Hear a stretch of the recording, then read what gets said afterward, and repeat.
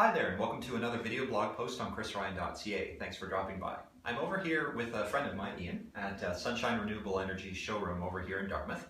And the reason why I'm here and going to be spreading some good education your way is because I'm asked all the time by people that are looking to sell their home, what should I do about energy consumption? Should I make my home more efficient as a differentiator when I go to list it? And then of course when people buy homes, they're looking to make their homes as efficient as possible, ductless heat pumps and so on and so forth.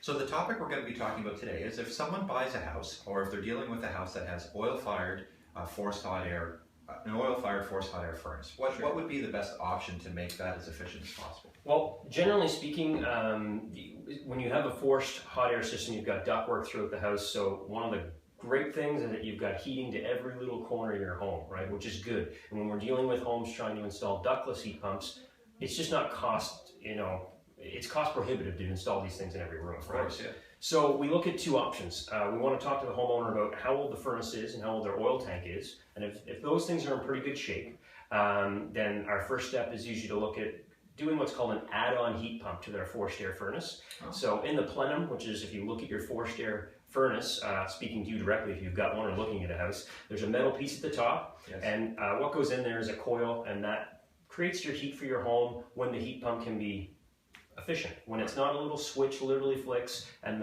the oil furnace kicks in, and that provides your heat. So that's sort of the value way to make the best of a forced hot air system.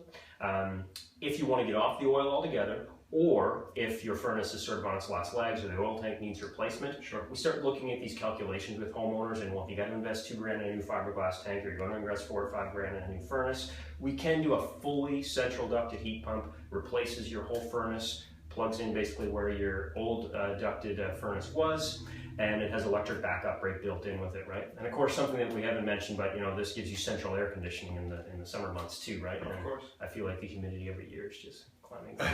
It is. Yeah. Okay, well that's great. Thank you very much. No problem. Thanks, Chris.